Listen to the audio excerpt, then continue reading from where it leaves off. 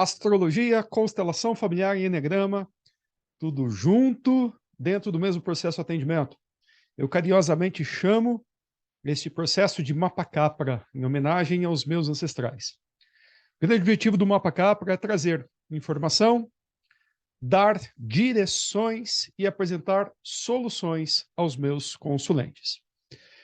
Na minha visão, enquanto terapeuta, enquanto constelador, enquanto astrólogo, enquanto especialista em enegrama e muitas outras terapias e processos de autoconhecimento que eu fui me trabalhando, conduzindo pessoas ao longo de 20 anos, eu entendi que nós precisamos trazer para os nossos consulentes uma visão mais ampla de vida quando a gente fala de busca para que eles tenham mais resultados.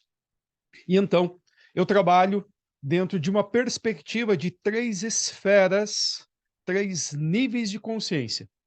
O primeiro nível de consciência, que é onde está alocado o enegrama, vai falar das experiências pessoais deste indivíduo, como ele enxerga o mundo, é o seu modus operandi. Eu sempre faço uma analogia que o modus operandi funciona como um programa de computador. Se você tem aquela programação, você não consegue sair daquela programação. Aquilo é teu. Você veio para trabalhar com este processo, com esse modus operandi na tua vida. É claro que, fazendo uma analogia com programas de computador, por exemplo, existe aqui o Word, o Excel, existe planilhas, tabelas, AutoCAD. Cada programa tem uma finalidade. É claro que, muitas vezes, um Excel ele pode ser utilizado para que uma pessoa digite textos ou faça desenhos, por exemplo. Da mesma forma com o Word. Mas esses programas eles têm todo o seu potencial explorado quando você utiliza todos os seus recursos para a finalidade da qual ele foi criada.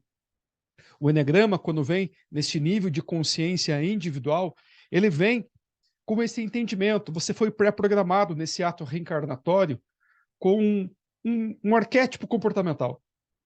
E você veio com esse arquétipo para você desenvolver ele com a sua máxima potencialidade.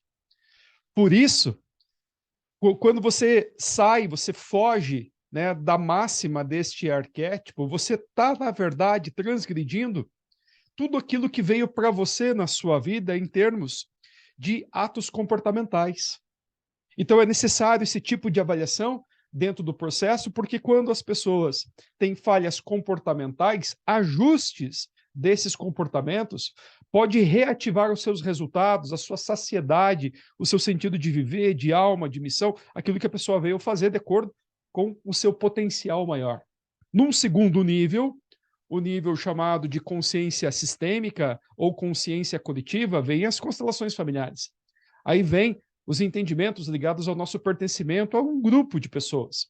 O primeiro grande grupo, a nossa família, depois vem os grupos de amigos, vem o grupo escolar, vem o grupo do trabalho, vem as diversas outras manifestações de grupos às quais nós pertencemos, a igreja, talvez o grupo de futebol do clube, ou a confraria que gosta de compartilhar experiências, né, sei lá, sobre diversos assuntos, e assim por diante. A experiência em grupo ela é fundamental, porque dentro da consciência coletiva existe o nosso ato de pertencer, e aí nós vamos para as leis sistêmicas de Bert Hellinger. Nós vamos falar de pertencimento, vamos falar da ordem, e vamos falar da hierarquia. Aliás, vamos falar do equilíbrio nas trocas entre o dar e receber. Quando nós entendemos este conhecimento, temos essa perspectiva do nosso movimento ligado às lealdades sistêmicas, então vem a consciência mais ampla possível, a consciência universal. E aí sim, nós vamos falar de espiritualidade, nós vamos falar de karma, vamos falar de dharma, vamos falar de planos cósmicos e universais para a tua vida, planejado para que você evolua, para que você cresça, para que você saia, né, desta nova reencarnação para um novo projeto evoluído. E então, quando nós unimos esta tríade, nós vamos para tudo aquilo que é necessário ser visto, ser olhado, ser tratado no nível da sua consciência individual, da consciência coletiva e da consciência universal. Então, quando eu trago esse processo, esse trabalho dentro do atendimento, a ideia de apresentar as informações e dar direções é para que a pessoa entenda como é a vida dela, como ela enxerga a vida dela. e que as pessoas vão enxergar a vida de acordo com os seus planos cósmicos, universais, de acordo com as suas famílias, de acordo com a sua consciência individual, e cada pessoa está dentro desse processo coletivo, interagindo uma com as outras. Diante dessa situação, então, dessa possibilidade, a parte final é eu apresentar soluções. A primeira solução que eu sempre apresento, né, dentro do meu processo de atendimento, já é de cara uma constelação, mas dentro do mapa eu consigo identificar também as diversas possibilidades daquilo que a pessoa vai apresentando segundo os seus temas. Então eu trouxe aqui um estudo de case, né? Um case número 1 para nós avaliarmos. E eu vou construindo com vocês este entendimento de acordo com a narrativa, né, que o mapa desta pessoa vai trazendo para nós. É um case verdadeiro. É claro que eu omiti aqui os dados da pessoa, não está aparecendo o nome, não está aparecendo nada, mas é um case real, verdadeiro. Esta pessoa já apresentou para mim, então, né, o processo do Eneagrama. Então, quando eu fiz a consulta para ela, então saiu para ela o arquétipo 7, né? E o 7 no Eneagrama, ele é um visionário, é uma pessoa para frente, é uma pessoa, poxa vida, que tem um alto astral, que tem uma energia de vida, uma alegria de viver, um entusiasmo todo especial do 7 do Eneagrama. Então, dá para nós ir conversando sobre as questões ligadas a esse comportamento, juntamente com o mapa astral dessa pessoa, a vida que ela veio ter, né? Juntamente com a perspectiva que se tem daquilo que é preciso trabalhar na sua própria vida diante das dificuldades que a vida vai apresentar para ela. Quando a gente fala de astrologia, os grandes astrólogos sempre vão usar essa máxima. Os astros, eles influenciam, mas eles não te obrigam a nada. Então, somente uma pessoa muito desperta consegue sair das influências nefastas, né? Que muitas vezes o mapa astrológico, que o horóscopo da pessoa vai estar trazendo para ela. Da mesma forma, todas as vezes que nós estamos desviados dos nossos propósitos comportamentais, como o do Eneagrama, por exemplo, é claro que a gente vai dar muitos tropeções na vida, vai cometer muitos erros, muitas gafes, e quando a gente está emaranhado, então, sistemicamente falando, nossa vida trava, ela não segue adiante. Então, aqui a parada é nós entendermos aonde que nós vamos encontrando essas respostas todas dentro do mapa astrológico dessa pessoa. Então, como eu já falei, dentro desse case número 1, a consulente ela apresenta, então, um arquétipo do Eneagrama número 7. Né? O 7 do Eneagrama, ele faz parte de uma tríade, né, de comportamentos cujo centro da energia é um centro mental, então são pessoas extremamente racionais. E por ser racional, a dinâmica da vida está focada na mente. E olha que interessante, então, nós logo de cara já encontramos algumas congruências ligadas ao estado da mente. Por exemplo, nós encontramos dentro do mapa astrológico dessa pessoa o Sol dela posicionado no signo de Sagitário, adentrando a casa 9, que também é a casa do próprio Sagitário, e temos a Lua, que está posicionado dentro da casa 10, no signo de Aquário. Para mim é mega importante essa primeira avaliação, porque o Sol representa o masculino dessa pessoa, representa como ela enxerga o pai, inclusive representa a relação com o pai. Então, logo de cara, o pai para esta pessoa é uma pessoa que busca muito conhecimento. O Sagitário é o arquétipo do conhecimento. Mas é aquele conhecimento profundo, é sabedoria profunda. É aquele que se debruçou em livros, em estudos profundos, que foi para o lado da teologia, da filosofia, que seus estudos são nível de mestrado, de doutorado, é aquele mestre, realmente um grande mestre. Então, quando a gente fala de conhecimento, Sagitário, ele representa o mestre dentro da astrologia. E os assuntos, né, inerentes a Sagitário falam da grande busca do sentido da vida. Por isso são pessoas extremamente holísticas, esotéricas, elas ultrapassam as barreiras que são impostas muitas vezes por limitações. O sagitariano ele não suporta ter limites. Pense que na sua linguagem arquetipal, nós estamos diante de um centauro, a parte de baixo é um cavalo, a parte de cima é um ser humano, um arqueiro. A parte animal, que representa os instintos, não consegue ser colocado num estábulo ou ter limitações geográficas ou ter uma rédea ou um cabresto sobre si. A parte do animal, o seu instinto é de liberdade. Então, todo sagitariano tem um instinto muito grande de ser liberto, de não ter rédeas. Exemplo típico de um 7 de eneagrama. Qual que é a grande parada do 7 de eneagrama? Ele é muito envolvido com a dinâmica mental, ou seja, com a inteligência, assim como faz parte dessa busca de um sagitariano. Um 7 ele é envolvido pela mente. E ele também precisa de uma vida extremamente desafiante. Todo 7 ama de paixão os desafios da vida. Então, você tem algo a ser superado, um conhecimento a ser alcançado, uma meta a ser batida, um algo a ser descoberto, lá está o 7 do eneagrama, dando as suas vísceras para tudo aquilo acontecer. É onde ele encontra energia, é onde ele encontra alegria. Porque como a atividade mental é muito forte no 7 do eneagrama, nós vamos percebendo que a vida precisa para ele ser um desafio. Por isso que quando ele alcança os seus propósitos, os seus objetivos, perigo à vista. Se não tem algo que continue o incitando a buscar novos desafios, ele tem uma tendência a minguar. Como o Sol representa o seu masculino, representa o que o pai representa para ele, o pai já traz este enraizamento de uma pessoa curiosa, mas não a curiosidade de um geminiano no sentido de aquela curiosidade rasa, não, é curiosidade profunda, o grande entendimento da grande busca, do grande sentido da vida. Então esse é um 7 desperto, é um 7 que ele se desafia por romper todas as barreiras. Então, a religião, por exemplo, não vai ser a religião comum de todos, não vai servir para esse arquétipo, para esta pessoa, porque vai trazer delimitações e ele não aceita, a sua alma não aceita essas delimitações. Vai seguir o pai, então, nessa busca de um sentido maior do sentido da vida. Assim como todo sagitariano tem esse instinto, né, de estar buscando esse conhecimento e rompendo barreiras. Uma tendência muito grande, neste caso aqui, a morar no exterior, né, porque o Sol adentrando Casa 9, Casa 9 fala desses assuntos internacionais, assim como o Sagitário fala dos mesmos assuntos. Então, uma tendência muito grande do brilho dessa pessoa, né, estar ligado a assuntos internacionais. E o brilho dessa pessoa também vem juntamente com os estudos no nível superior. Então, a pessoa que vai trilhar mestrado, vai trilhar doutorado, o conhecimento acadêmico, o conhecimento no mais alto nível, que vai fazer mais sentido na vida dessa pessoa, ela vai buscar isso com todas as suas forças. Enquanto que a Lua, que representa as suas emoções e representa a sua mãe, está num signo de ar.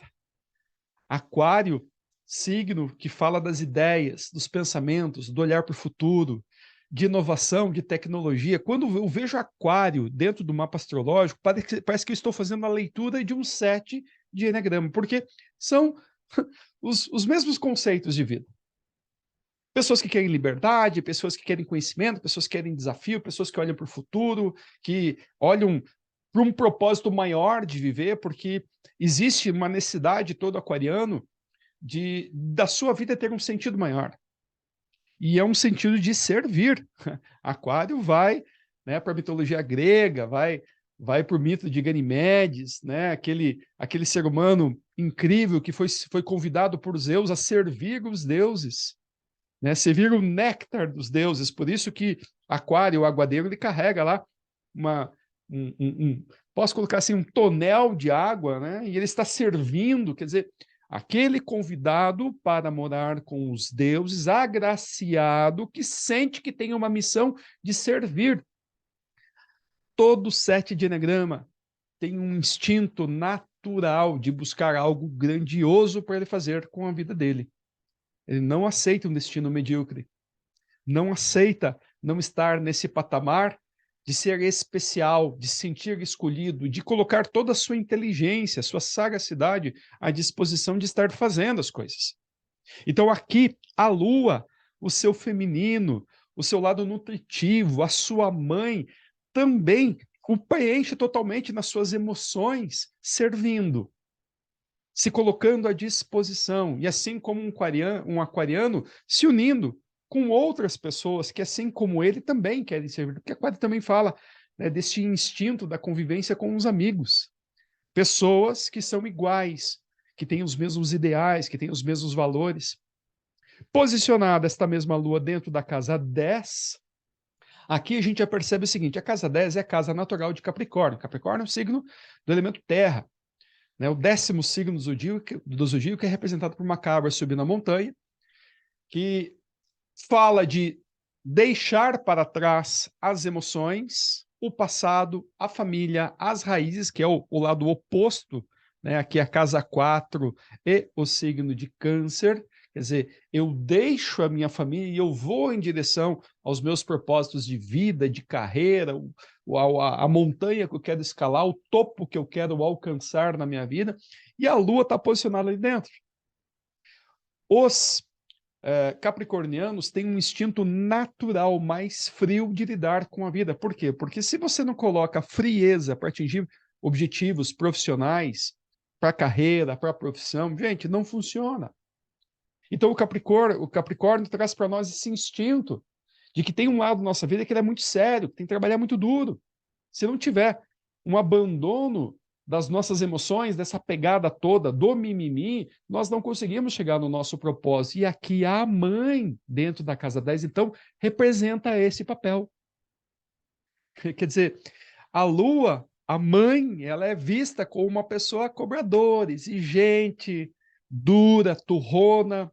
A mãe vai ser aquela pessoa que vai estar cobrando a nota, o boletim, o resultado, estar entre os primeiros, estar no topo, pensar na carreira desde cedo, pensar no compromisso desde cedo. A mãe, ela tem esse instinto carreirista, ela é visionária, porque assim como ela está dentro da casa 10, que pertence a Capricórnio, e ela também está em Aquário, que fala desse visualizar do futuro, da inovação, da tecnologia, quer dizer, está com uma mão na carreira e outra na tecnologia e na inovação.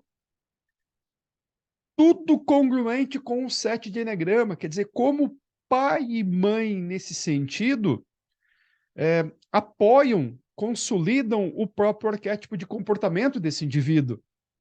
O que faz, obviamente, que ele se lance para a vida buscando esses desafios, buscando essas adrenalinas de viver. O que mata uma pessoa como essa, por exemplo, mata ela, é numa dessa adentrar a desafios de carreira e de profissão que a limitem, que não a permitam, de alguma forma, trazer a expressão, né, de poder inovar, de poder romper barreiras, né, de poder trazer o novo de todas as formas possíveis, de trazer, talvez, novos conhecimentos, novas perspectivas, de poder viajar, de estar saindo das barreiras, né, físicas que existem nos países, das fronteiras propriamente dito. Apesar de que nós temos aqui no meio do céu, que vai representar a aspiração mais alta desse indivíduo, alcançar o topo da montanha, ou seja, o reconhecimento como profissional, né, que alguém que chegou e que, no topo da carreira, que ficou entre os melhores, pode demonstrar que essa pessoa pode querer, em algum momento da vida, estar optando por uma carreira mais formal, até mesmo, sei lá, um concurso público da vida, né? Porque Capricórnio ele é muito carreirista, extremamente seguro do que ele quer, pensando numa carreira a longo prazo. Mas com este Sol e com esta Lua, ou seja, com a determinação desse masculino e desse feminino, desse pai e dessa mãe, essa pessoa vai querer muita liberdade. Então ela quer sim subir o topo da vida, estar lá entre os grandes, mas ao mesmo tempo expressar tudo aquilo que tanto o Aquário, através da mãe e do feminino, trazem de influência para a sua vida, como Sagitário, né, através do masculino e do pai, estão representando também na vida. Quando nós vamos olhando para as questões que trazem as dificuldades dessa pessoa, por exemplo, eu vou olhar aqui no mapa astrológico dela, onde está posicionado o Quirón, que é a ferida da alma, que é o curador ferido. É onde essa pessoa ela vai perder a potência e a energia, justamente no signo de Áries, que é aquele que fala da ousadia, aquele que fala da coragem, aquele que fala de se lançar para a vida, aquele que fala de ser individualista, de ser impetuoso. E aí, como um ariano, a atitude ariana é atitude de muita coragem, é atitude de guerreiro, de batalhador, de ir para a vida. A Kiran, colocado aqui nesse posicionamento, traz para essa pessoa uma falta de autoconfiança muito grande. Porque tudo aquilo que Ares é, Kiran tira de força e tira de qualidade. Ares é individualista. O que Kiran faz em Ares? Faz essa pessoa ficar pensando primeiro nos outros do que nela mesma. Ares é corajoso. O que Kiran faz em Ares? Tira a coragem da pessoa. Ares se auto-intitula uma pessoa que ela é boa, que ela é confiante, ela tem autoconfiança, ela tem coragem de fazer as coisas. O que Kiran faz aqui? Tira a autoconfiança da pessoa. Essa pessoa ouve, entre tantas coisas, das outras pessoas: nossa, como você é bom, como você é competente, como você vai bem feito. E a pessoa internamente, ela não acredita nela mesma. Então, este 7 de Eneagrama vai desenvolver, então, uma asinha no 6. Futuramente, vou trazer aqui um contexto mais amplo de Eneagrama para gerar entendimento, mas essa asa no 6 vai colocar muito medo neste 7 de Eneagrama, o que vai fazer com que ele, diante de muitas oportunidades da vida, em que ele deveria ter sido ousado, independente, que ele deveria ter se lançado, não se lança. Então fica acuado, fica temeroso, fica medroso. A ferida da alma aqui pede que, entre tantas coisas na vida, ao longo da vida, essa pessoa vai desenvolvendo o seu instinto de fazer aquilo que tem vontade de fazer. Essas são as pessoas que, de fato, elas são movidas pela energia que elas colocam na vontade delas de realização, porque o medo que elas têm das coisas não darem certo sempre vai ser maior do que a vontade que ela tem de alcançar os seus resultados na vida. Então nós vamos perceber que entre tantas coisas, né, deste Quiron posicionado em Áries, assim, de dificuldade, ele ainda dentro da casa 12, ele vai trazer algumas questões emocionais que essa pessoa vai com certeza descontar, né, nas pessoas do seu entorno. A casa 12 é uma casa análoga ao signo de Peixes, né? A casa 12 aqui desse indivíduo está, né, tá situado em Peixes. E essa energia aqui de dentro fala de uma energia de uma conexão com o universo. Fala de emoções profundas. Fala de um lugar onde o ser humano, de alguma forma, se aprisiona. E os aprisionamentos do corpo na matéria são os hospitais, os asilos, os orfanatos, os presídios. Por entendimento e ampliando, aonde o ser humano, de alguma forma, se encontra preso, precisando de tratamento. Eu costumo dizer que o espírito está preso no corpo, está preso na matéria. Então, é uma prisão, não deixa de ser. Quando morre, liberdade, o espírito volta para sua essência. A casa 12, ela fala dos locais onde o ser humano está tentando se libertar. Por isso também fala de casas espiritualistas, fala da própria fé, fala de centros de reabilitação, fala de centros religiosos, fala de retiros religiosos ou retiros espiritualistas. Então, de alguma forma, esta pessoa, ela também desenvolve algumas questões emocionais ligadas ao ato existencial, das suas emoções mais profundas, que também precisa ser curado. Está perdendo, então, a potência de Peixes na casa 12. E essa potência é a conexão com o divino, com o universo. Então, essa pessoa pode se tornar, em algum momento na vida, um tanto quanto cética. Perde qualidades piscianas de se integrar com o todo. Então, nós começamos a ver aqui que existem dificuldades deste indivíduo, até mesmo porque é muito mental, um 7 de Eneagrama extremamente mental, em fazer essa reconexão, né, com a espiritualidade, com os seres superiores. Nós vamos enxergando aqui, entre tantas coisas, por exemplo, dentro da distribuição do mapa astrológico, que esta é uma pessoa, esse indivíduo tem a força ativa, ou seja, uma força masculina, né? Então ela é fundamentalmente, diferente de ser homem ou mulher, uma pessoa de energia masculina, ou seja, tem todo esse imperativo dessa busca, dessa dominação do lado masculino. Nós percebemos na distribuição dos elementos, elemento fogo, 5 pontos, terra 3 pontos, ar 5 e água 3. Então, é uma pessoa que ela vai representar que ela vai ter uma carência das questões ligadas às emoções, água, então vai ter dificuldade de expressar as suas emoções e de se conectar com as emoções, e aí que vem uma questão assim, né? Espiritualidade, fé, se expressa pelo emocional, não é pela mente, não é pela razão, não é pela terra nem pela atitude que é o fogo. E da mesma forma, vai haver uma carência de terra, o que vai representar, entre tantas coisas, que é uma pessoa que tem pouco pragmatismo, talvez fica muito naquela vibe do 7 de Eneagrama, que é a vibe mais romântica sobre a vida, porque ele se torna mais sonhador. O 7 de Eneagrama, quando ele está num caminho desvirtuado da sua potência, ele sofre da síndrome de Peter Pan. E a síndrome de Peter Pan é aquela que ele, de alguma forma, fica infantilizado, não tem condições de levar a vida mais a sério, a vida se torna uma grande brincadeira, há uma fuga muito grande de enfrentar os problemas da vida, a realidade da vida, né? Principalmente quando os problemas aparecem e tem que administrar os problemas. Esse 7 de Eneagrama, dentro dessa vivência aí, né, desequilibrada do Peter Pan, vai trazer como vício emocional a gula. E então vai querer aproveitar a vida como se fosse, caramba, o último dia da vida. Quer dizer, vamos festar tudo, vamos beber tudo, vamos comer tudo, vamos curtir até o último momento. O 7 Eneagrama é o primeiro que chega numa festa e o último que sai. Quando nesse desequilíbrio, tomar a vida como um todo é não ter limite para nada.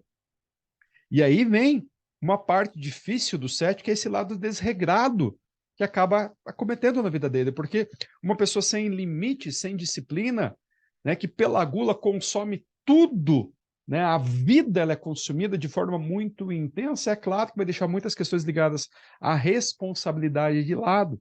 Haverá um grande sofrimento por conta disso.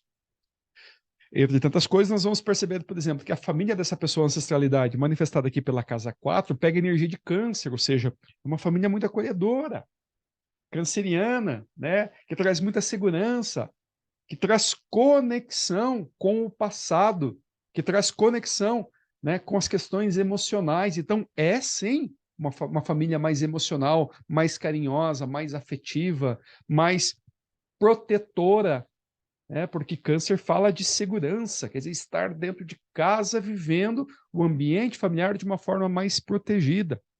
E entre outras questões que eu vou avaliando assim, de suma importância dentro da leitura do mapa, eu olho, por exemplo, a relação com os irmãos, e aí eu enxergo que existe karma na relação com os irmãos, por quê? Porque tem aqui Saturno, então essa pessoa ela vai ter, ou provavelmente vai ter, dificuldade na relação com pessoas próximas, em termos de irmãos, parentes ou vizinhos. É um karma que precisa ser vivido. Talvez essa pessoa tenha dificuldade de se movimentar para a vida, e aí literalmente, movimento de vida, ir para a vida, vai ter essa dificuldade.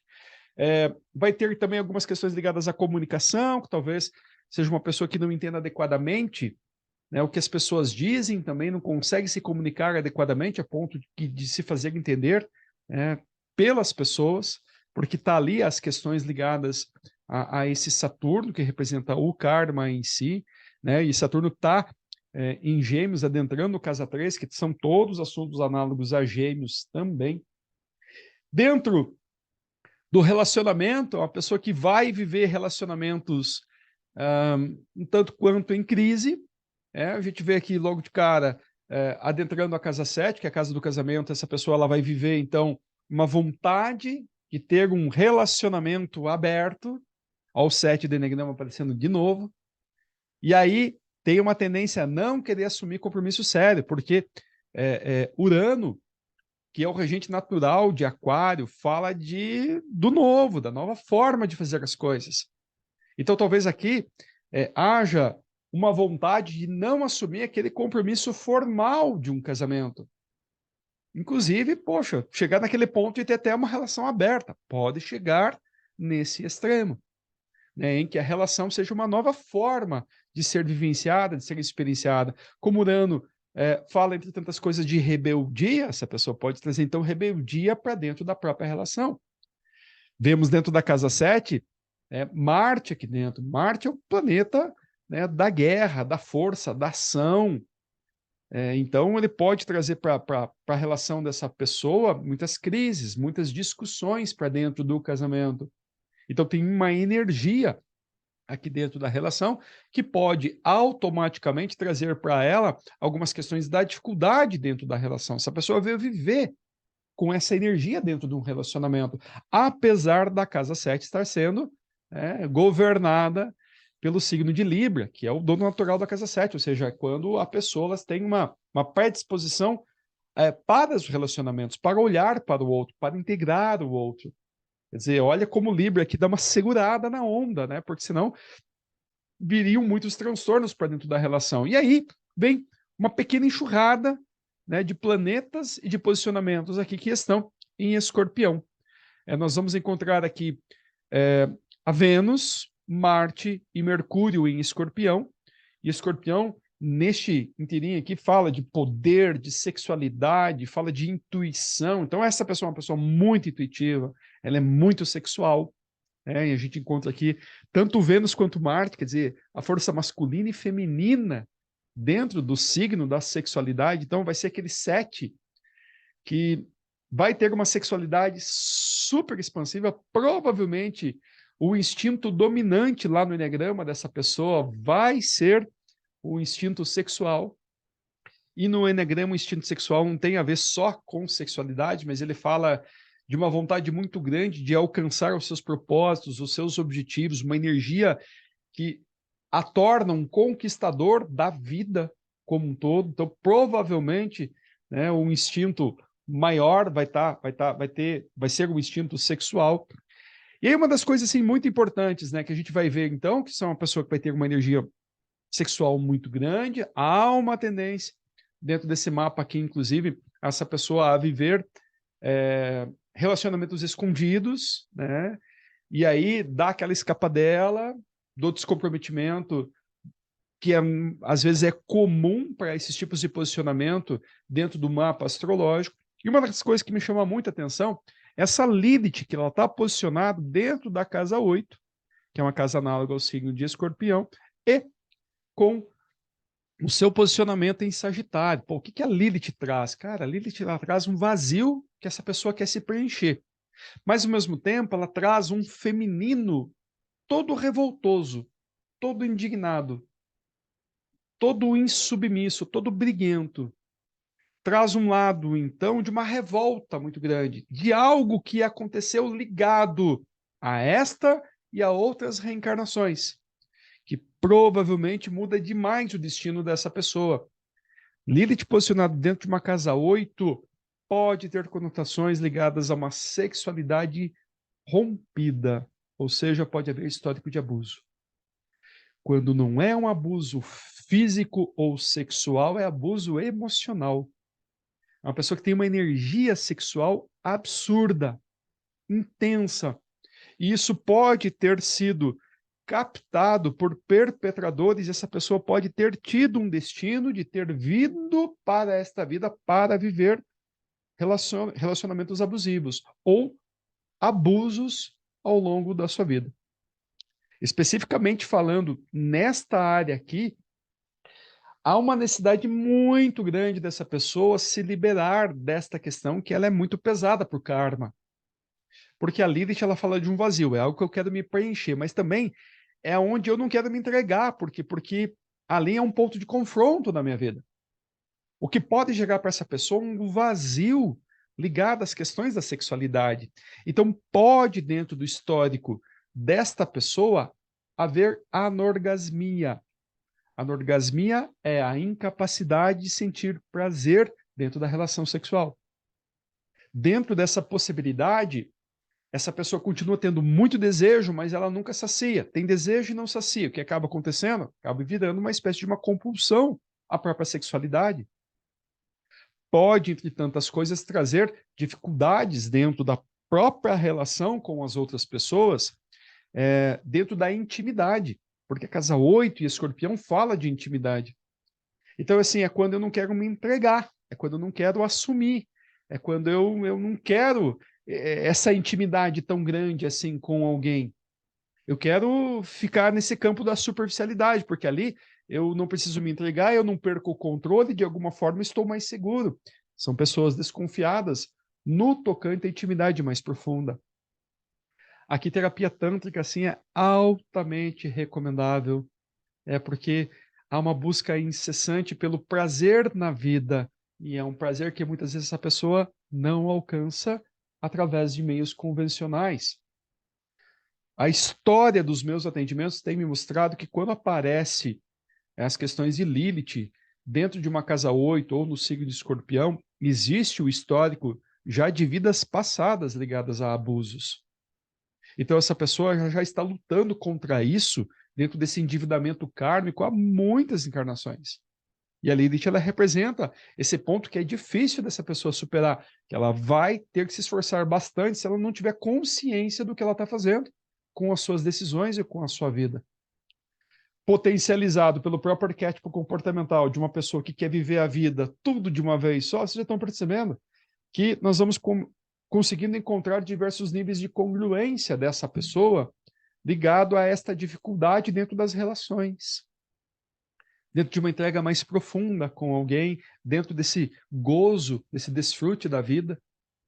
É uma coisa que é comum também de relacionamentos, né, afetivos terem altos e baixos, é quando nós encontramos esse posicionamento, que é Plutão, né, no signo de Libra, também traz bastante dificuldade para esta pessoa, ou seja, ela provavelmente vai ter a necessidade de trabalhar para a própria terapia, as questões ligadas a relacionamento, muitos altos e baixos, muitas brigas, muitas discussões, muitos períodos em que as pessoas estão se relacionando bem, depois estão se relacionando muito mal. E aí é claro que Plutão vai trazendo para essa pessoa revolução, vai trazendo transformação, vai obrigando essa pessoa a se reconstruir. E aí vem aquele instinto bem de fênix, né? Se desconstrói por inteiro para das cinzas estar renascendo. Dentro dessas possibilidades todas, o que a gente pode levar em análises, né? Que, sistemicamente falando, pode haver, então, padrões de repetição ligados aos pais, ligado às questões de mundos diferentes dos pais, mas aqui, os pais, eles têm uma convergência. Aqui nós vamos encontrar, por exemplo, um posicionamento entre esse Sol e essa Lua, que é um posicionamento assim que ele é um bom posicionamento ligado aos aspectos astrológicos, onde os pais potencialmente eles se ajudam, né, dentro da relação. Então, sistemicamente falando, esse indivíduo não vem para um padrão de repetição, de lealdade ligado à dificuldade de relação dos pais. Então, a sua necessidade é de autocondução, porque a dificuldade da relação vem através de uma consciência kármica, uma consciência universal. Então, sistemicamente falando aqui, uma constelação ajudaria essa pessoa a ter coragem para enfrentar as suas crises. Aquilo que às vezes fica empurrando com a barriga, em função aqui desse Quirón posicionado em Áries, em função desse 7 de Eneagrama, que muitas vezes fica lá na síndrome de Peter Pan, não leva a vida muito a sério, vai levando tudo no opa-oba, na brincadeira. A constelação, ela pode trazer para essa pessoa um estado de força, de potência, de voltar a colocar os dois pés no chão e enfrentar a realidade, para que então ela possa, através desse entendimento, ir para a vida. É bem interessante quando analisamos as questões comportamentais, que às vezes o problema está justamente no comportamento.